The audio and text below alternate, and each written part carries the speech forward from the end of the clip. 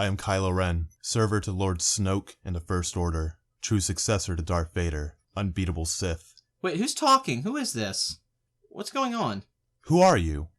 My name's Pat. I'm a YouTube reviewer. I'm talking about the new Star Wars movie. Who are you? I'm Kylo Ren. No, you're not. Who else would I be? I don't know. Keanu Reeves, Ezra Miller, Justin Long. I get it. I get the point. Yeah.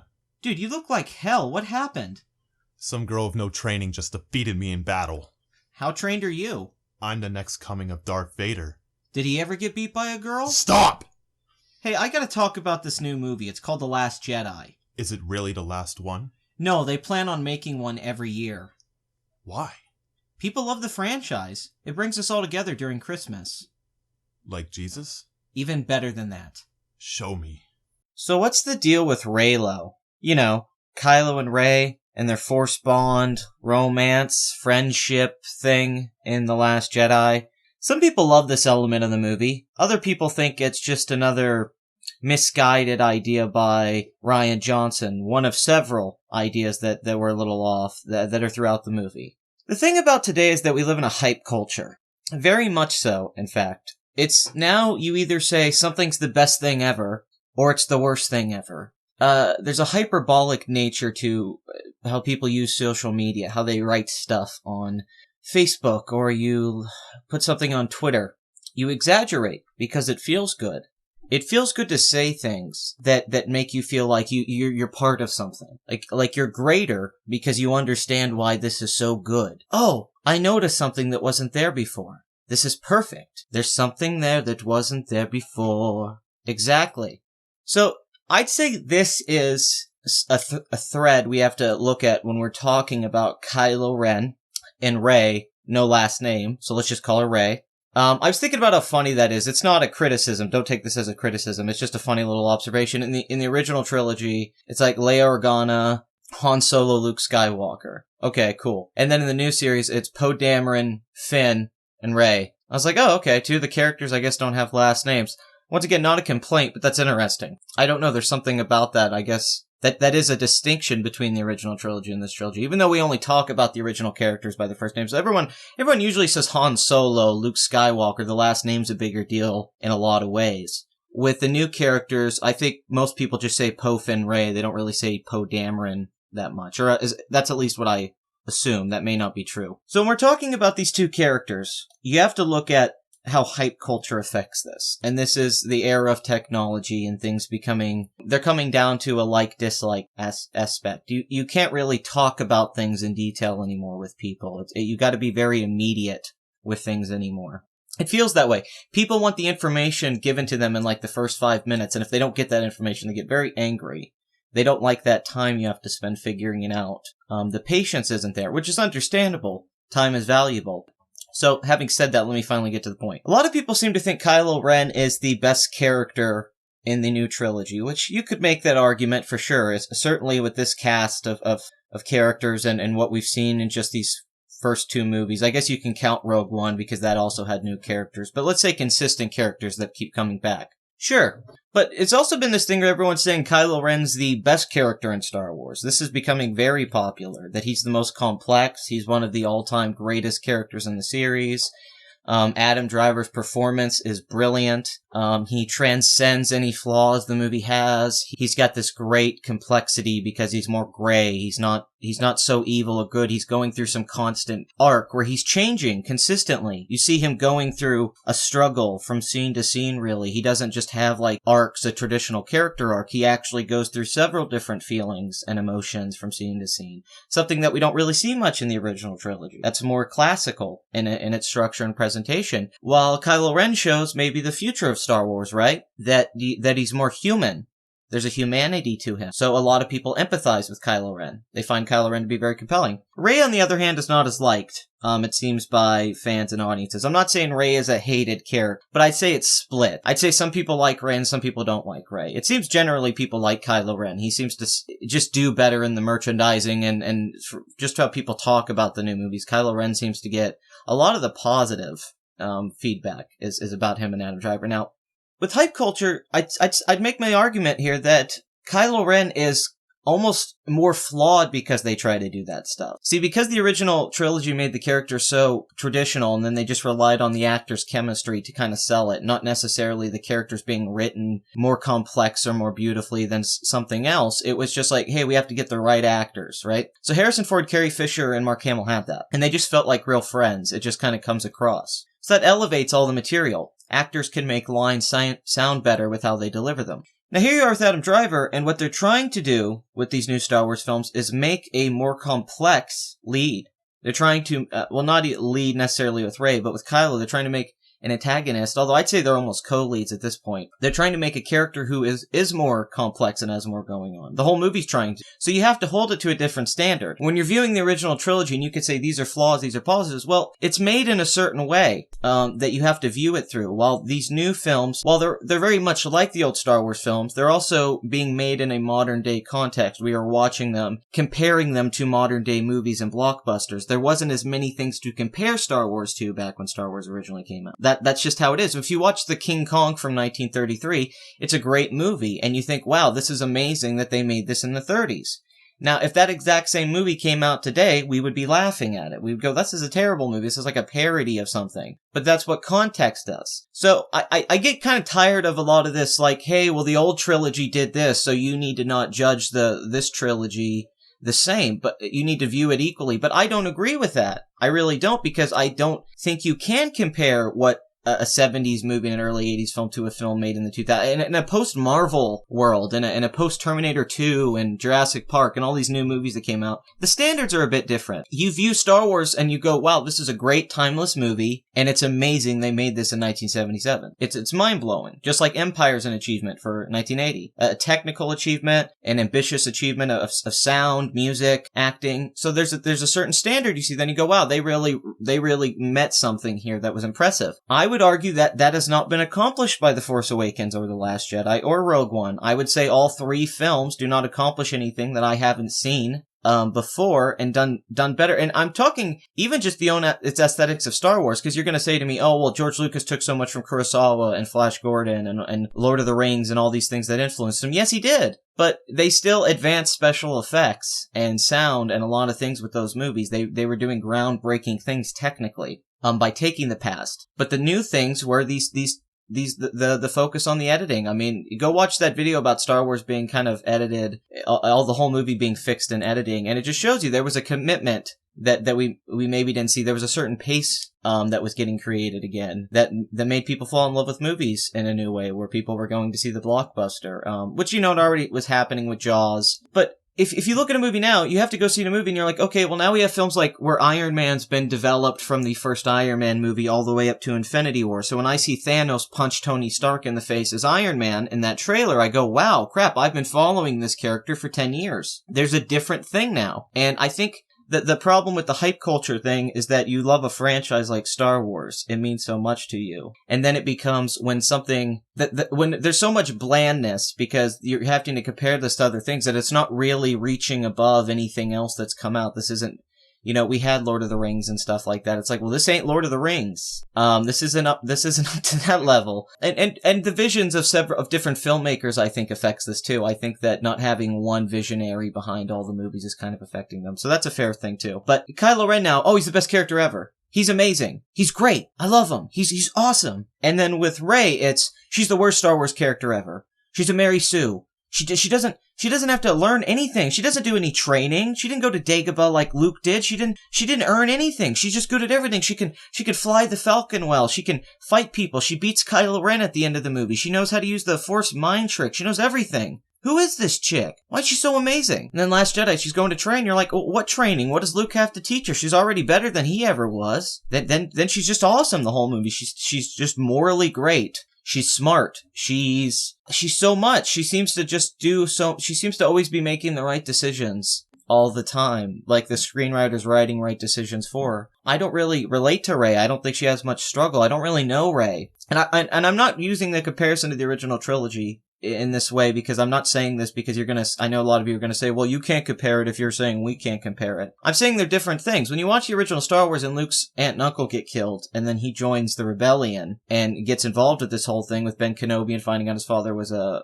Jedi, in a very classic movie sense, that works. It's so simple. It's just a boy going with a wizard after his family gets killed by the bad guys, and then he goes to fight the bad guys to get revenge. It's simple, and that's what works about it. Force Awakens has, and Last Jedi, is leaving Rey's backstory open, as of right now. It'll probably get answered in episode 9, but it's left open. So there's interpretation, what you take from that. Is Kylo Ren telling her the truth, or is he lying to her? I think it's up to interpretation. I don't think it's a definite if Kylo Ren's telling the truth or not, right? So if you're watching the film, you have to view it through that new lens that is trying to be more complex and ambiguous and use these characters as subtext to represent something. Rey is trying to push a theme home to us with her character about this with the parents. So you have to view it in that way. So by that standard, I think it's clunky and messy and not great and not even close to being up to the standards of a lot of movies that I've seen over the last decade. I'm not saying it has to meet some standard that I make up some arbitrary idea of it, but it's not impressive. It's not impressive, this dialogue. It's not impressive, these special effects. I've seen better special effects than these over the last years. It's not impressive, these performances necessarily. It's not bad acting. It's good acting, but it's not special. It's not better than the Marvel movies. And you can hate on Marvel, but I don't know how you could say the acting's bad in those movies. There's a lot of great acting in those, especially for what they have to do with those movies. A lot of it's like, you have to keep a certain tone up with comedy, and the pace of it has to be a certain way, and energy, and you have to keep a character consistently. You have to keep playing a character consistently a lot of the time. It's almost like you're doing a big budget television show. But in these movies, if it's supposed to be this great, if every movie's supposed to be this big cinematic event, and I'm supposed to be excited to come back and see Rey, well, why? What's exciting about Rey? I ask you this, not being insulting, I really don't understand, and I've seen these movies now, and I don't really get what's compelling about Rey. Luke Skywalker wasn't a brilliant character, but I understood him, and I got why I liked following him. And I liked the stuff that he did. You could say it's because Rey's a girl, but it's just like, I don't really like how, I didn't like Luke being whiny, but there was almost a humanity to him being whiny, and seeing him get less whiny over 3 movies made him a more interesting character to me, because I've met people like that. He was young, and then he gets more mature. Rey, on the other hand, seems like she's so wise and mature at a young age when she's on Jakku. To me, she did. She seemed like she knew so much. Maybe she's putting a face on, but I just wish they would go into it more. It's not really, there's that scene where she puts the helmet on and kind of is like pretending she's a pilot. That's a nice little moment, and I just want more of it. I feel like because they forced Han Solo in the movie and Luke and Leia, because it wasn't a new series of films, because it was just them trying to be like, let's mix the old with the new, it took away from Rey. When we didn't really get to spend the time with her that I would have liked to have. I liked the stuff on Jakku. I don't care if it's like Tatooine and she's like, Luke, that doesn't bother me. I just want to spend time with her.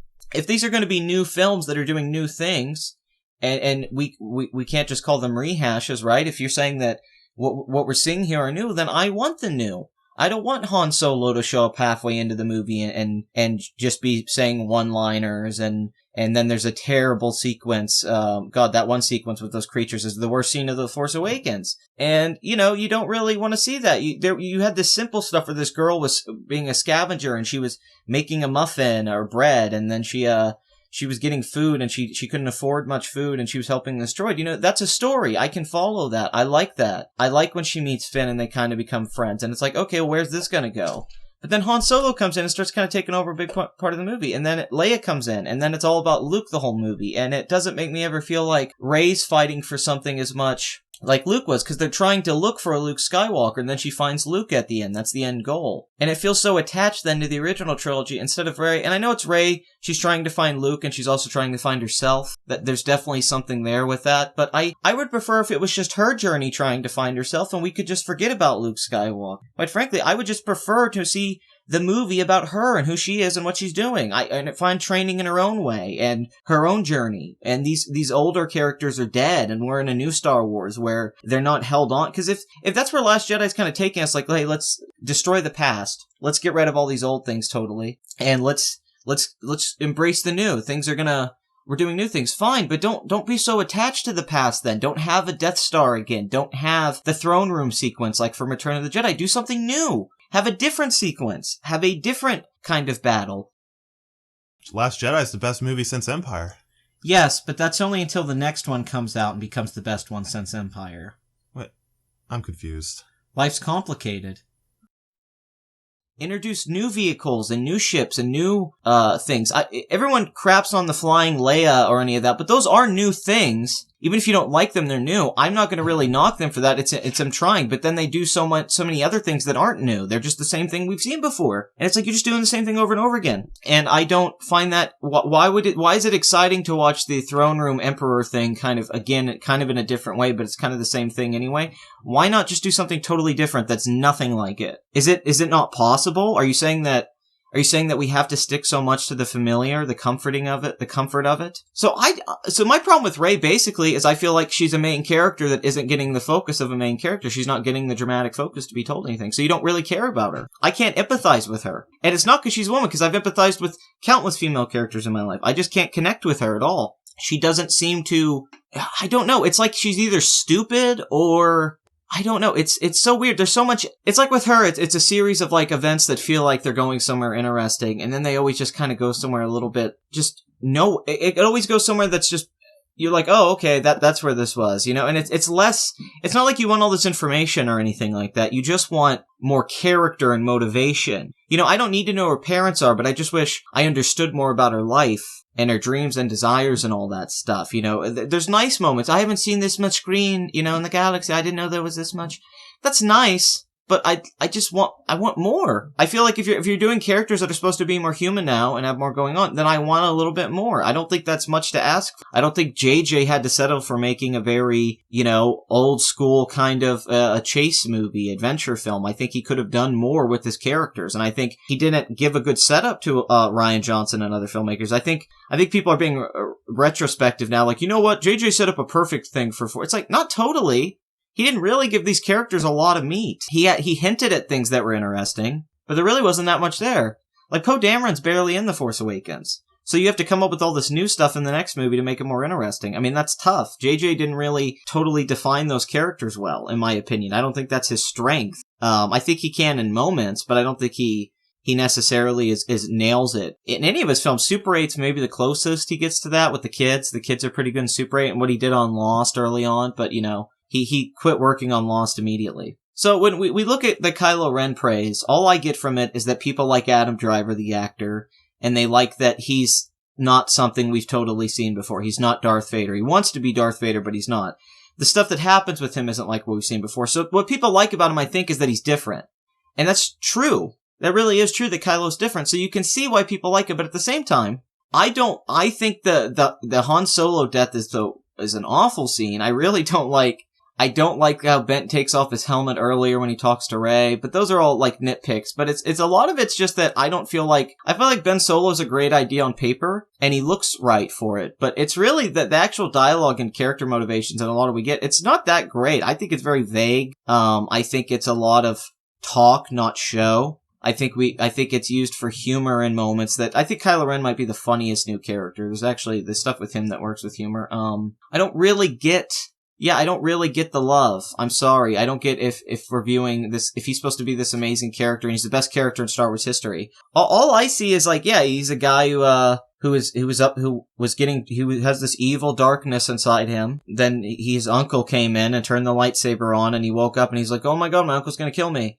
He crashes the stuff on him, and then he takes some of his students. And then he joins up with Snoke and becomes a member of the First Order, and he wants to be like his grandfather. And he realizes he has to kill his father to become more whole. He thinks it'll fix something, but it doesn't. He's just kind of more of a concept. He's more of something that's there. But every time I've heard anyone talk about how complex he is or how great he is, they're really just adding their own thing to it. It's a lot of writing the movie for them. And I'm not saying that there's nothing wrong with that. You can do that with movies. But they make him more complex than he actually is. They talk about him in a way that he's nothing. He's not as deep as they make it out to be. They make him sound so Shakespearean and wonderful. And some people kind of talk about the original trilogy, and they seem to overstate how great some of the writing was. And they're doing that with this movie. It's the same thing. They're talking about Kylo Ren like he's one of the great modern villains. And it's like, oh my god. I mean, in my opinion, I don't think he's that far off from just fan fiction at all. I think it feels like fan fiction. It feels like somebody putting themselves into a character that they're writing to put themselves in a Star Wars story. Like, I want to be the son of Han and Leia.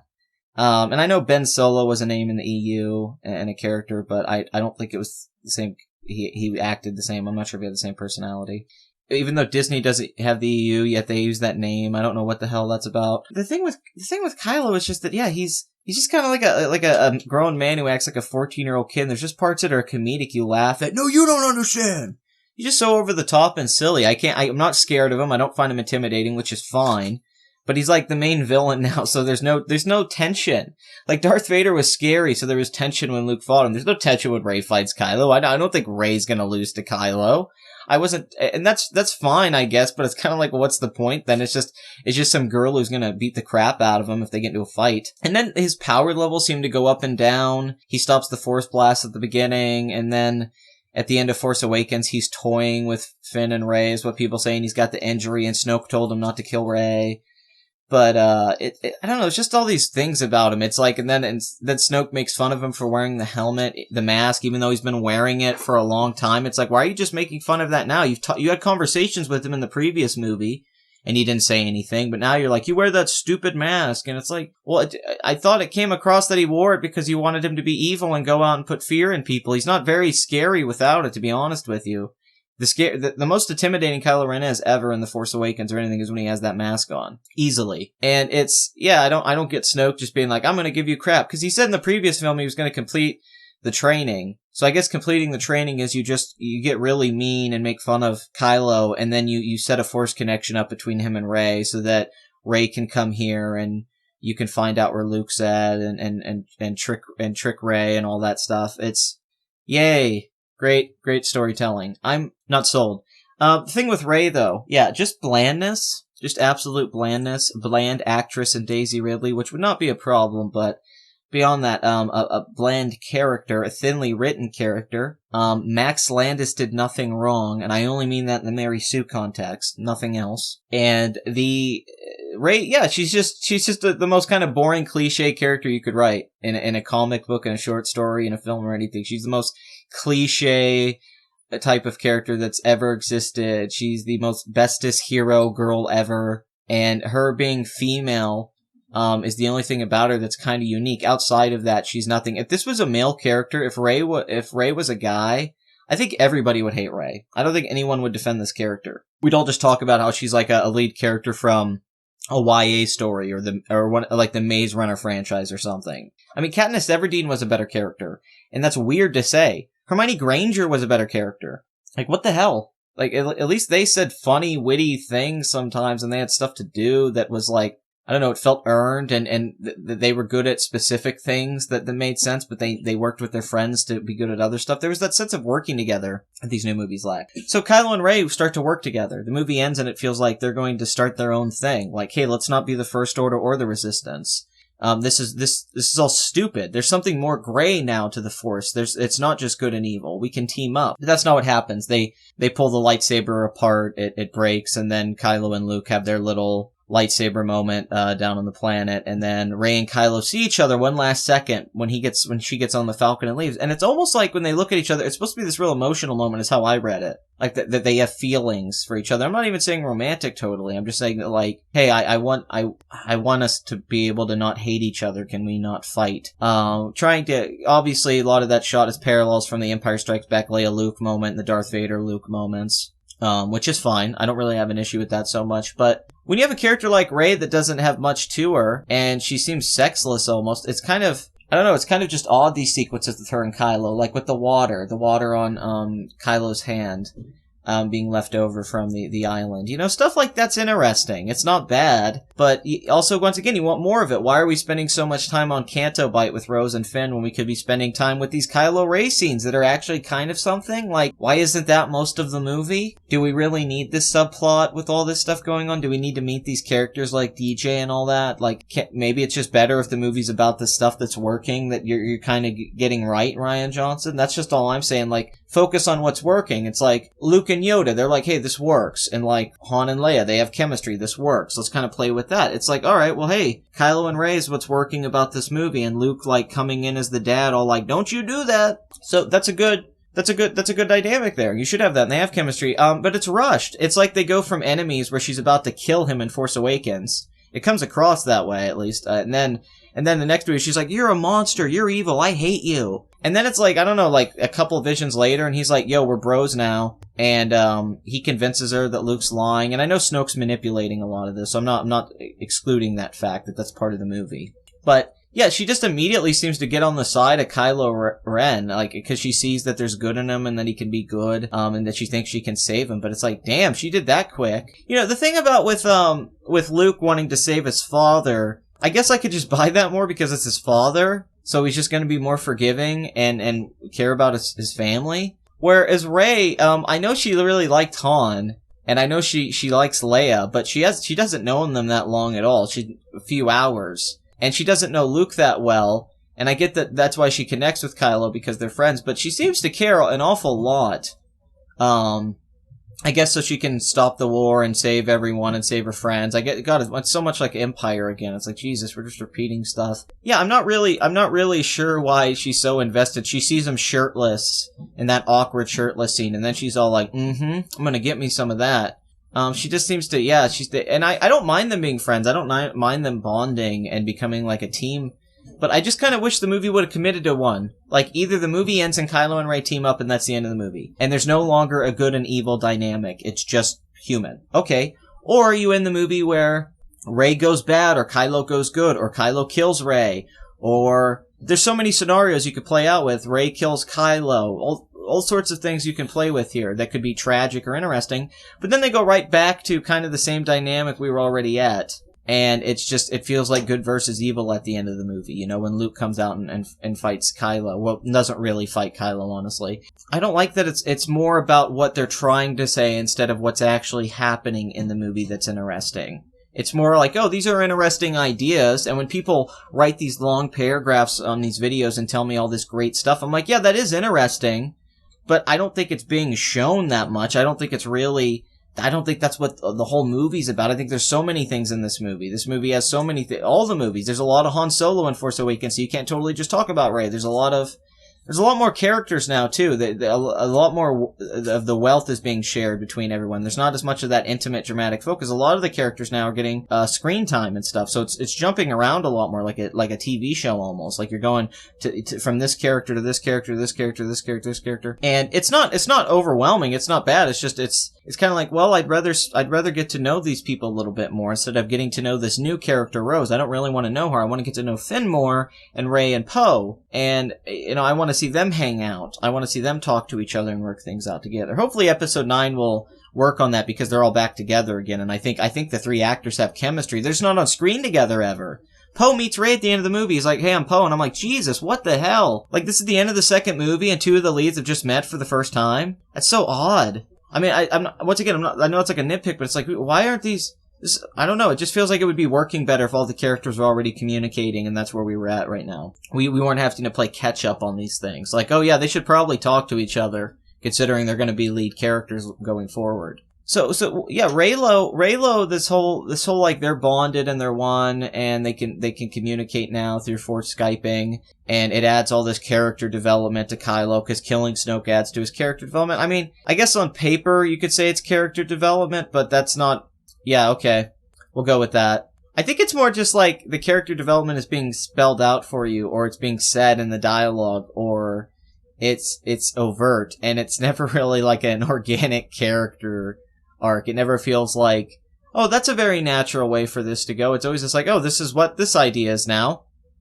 Okay. And I'll put that criticism on Luke and Leia being brother and sister in the original trilogy too. I think that kind of comes out of nowhere in the third movie, so I won't argue that. But Return of the Jedi is not a perfect movie in my opinion either. I think it's kind of the start of the decline in some ways that led to what we're at now, where it's like, oh, maybe Star Wars isn't as big and expansive as the universe it is. Maybe it's a lot smaller than we think it is, and you can't do that much with it after a certain point unless you really do some new stuff. But as the new trilogy is showing us, they're not doing a lot of new stuff. We feel like we're still in the same conflict we were in 30 years ago. We're seeing a lot of the same stuff, and we're getting a lot of the same beats, even though they're presented in new ways. It's like, man, I can't believe how. I mean, when I think about Blade Runner 2049 and how it works as a sequel in comparison to this, it's just like, that does so much more stuff, in just the details than this movie does. It gets the details right about time passing. This is a lot of talk. We're being told about what happened in between the 30 years, but we don't really get a sense of it visually. We're not really getting a feel for it in the atmosphere and the tone of the movie. It's the subtlety's kind of missing in it. It's all a surface level thing, and it's all easy to decipher. It's easy to add depth to this movie. It's easy to add depth to Force Awakens. You can do that with any movie. You can add depth to any movie or make any movie sound bad. It's easy. I hate to tell you guys that. It's easy to make a movie sound complex and amazing. There's a lot of videos demonstrating this. A lot of presentation essays showing that, like, yeah, you can make people believe stuff, but basic manipulation, or you can word something well, you can make something sound good. So I think a lot of love is, it's just that people think this movie's this genius masterwork, and they make up in their heads all these things that they keep adding and adding and adding. It's like, well, you can do that with any movie. If that's the standard, then every movie's genius now. Because I can do that with any film. I can just keep adding things to every scene, every shot, every moment, every detail. Adds more and more and more and more. And, yeah, sure. But it's, to me, that creates that hyperbolic nature. That's that thing where this is all genius, or that other side of it where this is all terrible, you know? Where maybe the answer is maybe there's something in the middle. Maybe it's mediocre in some parts. Maybe it's really good here. Maybe it's really bad here. Maybe there's a lot of problems. Maybe there's a lot of good ideas. Maybe there's a lot of miscommunication between movies. Maybe we can blame this solely on JJ and Ryan not communicating enough between movies about what they were going to do. So that's where a lot of the issues come in. It feels like two filmmakers' versions of these things because they didn't really flow over the next thing, which is fine. You know, you have to take that, but I don't think it makes for a very compelling trilogy. Hey, wait, you don't wear that anymore. What? It's the only cool thing about me. Oh, it's so cute you think that. You know what your problem is? You're just a cynical jerk. Kylo, get to an actual point. Maybe I do complain too much, but I also care too much. I could be a cynical jerk like you, but I don't like to hurt people's feelings. You killed your dad! I like me. My mom likes me. My fans like me. Because I'm the real Sith. What you see is what you get. Fine, you're right, alright? This is my fault.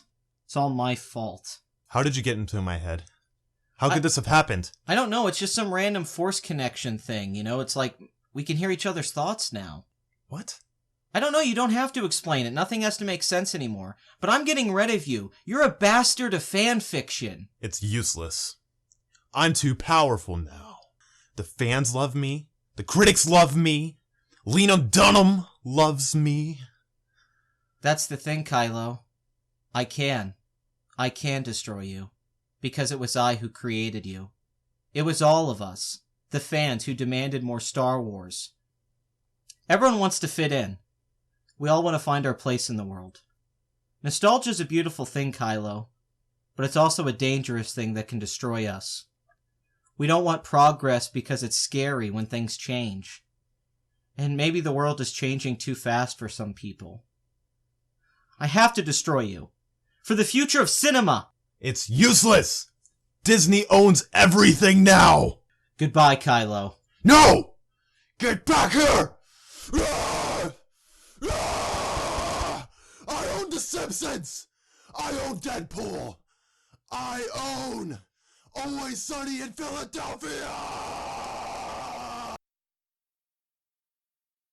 This to me almost felt like when I saw The Matrix Reloaded after I saw The Matrix. Even though I'm not saying Force Awakens is The Matrix, but you go see one movie, and it's more simple and has these setups, and you're like, okay. And then you go see the second one, and you're like, huh.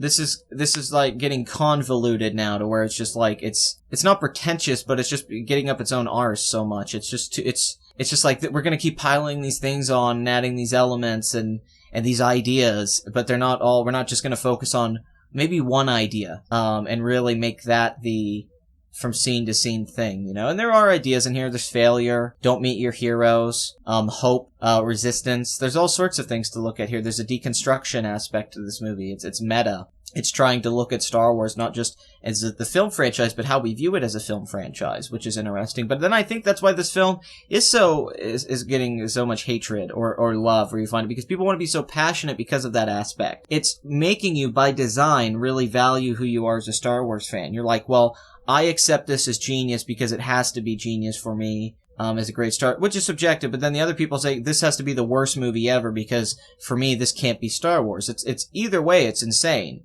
It's just going to an extreme because it feels good to go to an extreme.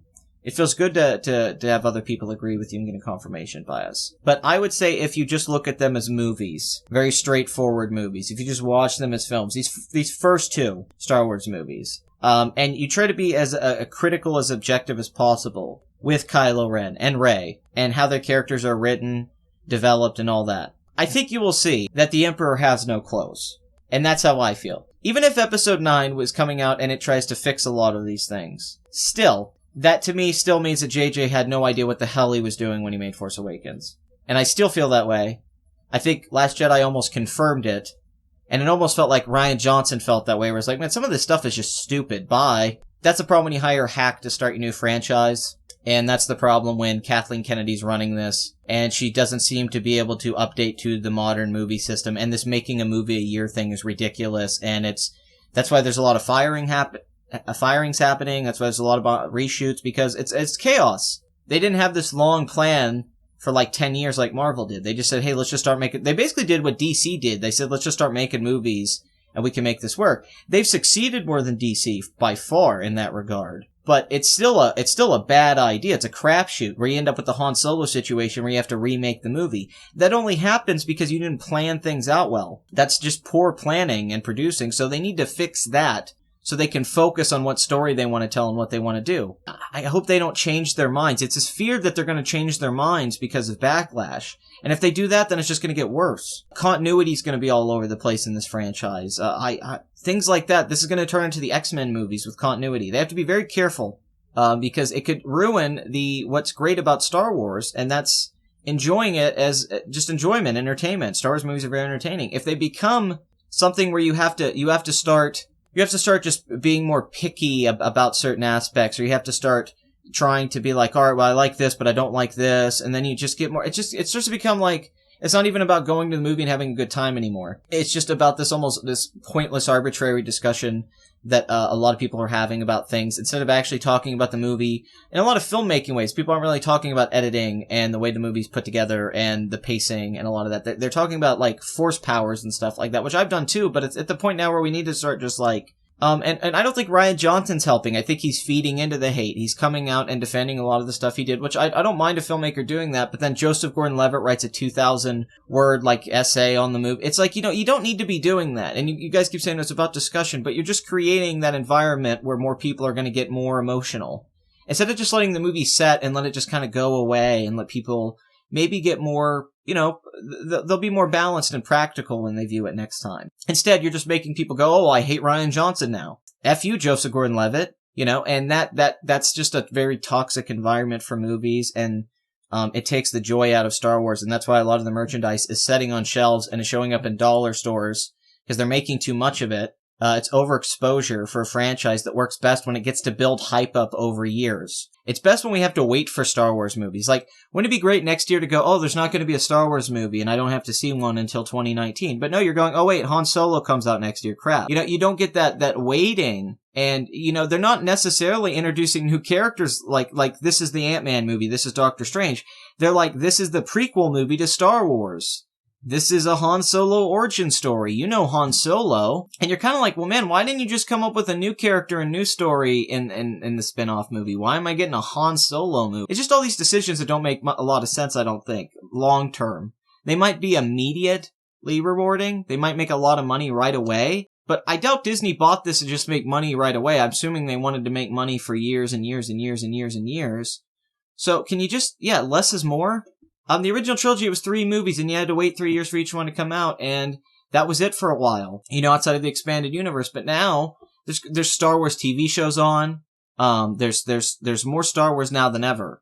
It's everywhere now. And it used to always be everywhere, but now it's like yearly. It just, you don't get that time to appreciate it from an looking back. You have to just be like, all right, another Star Wars movie. And you hear the same sound effects. You see the same ship designs. You just see so much of the same stuff, so many of the same names. You hear so many of the same lines of dialogue being repeated. It just more and more tears away at you until there's not a lot left. Until it's just an empty thing.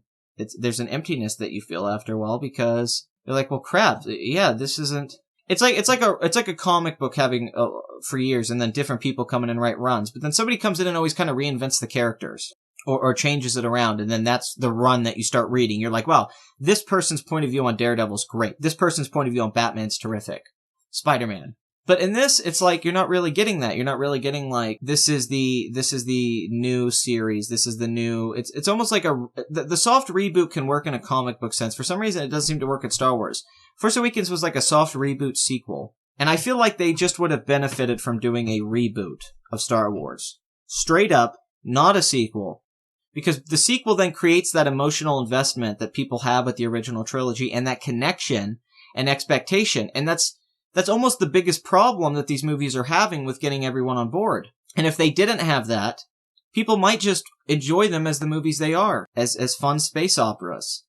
But instead, you always have to have that struggle of, well, do I like where these characters ended up 30 years ago? And because you don't like it, some people say, well, it's not your job. It's Rian Johnson's job to write that, and you don't own Star Wars. That's true. You don't own Star Wars. You don't own the Force. But that doesn't mean you can't not like something. And that doesn't mean that something can't be like bullshit to you. But what do I know, right? I know I'm going to get the comment. Amazing. Everything you just said is completely wrong. And oh my god. Wow, look, I quoted Luke Skywalker. May the Force be with you. Anyway, like, comment, and subscribe. And please rewind your VHS tapes for you. Bring them back to the store.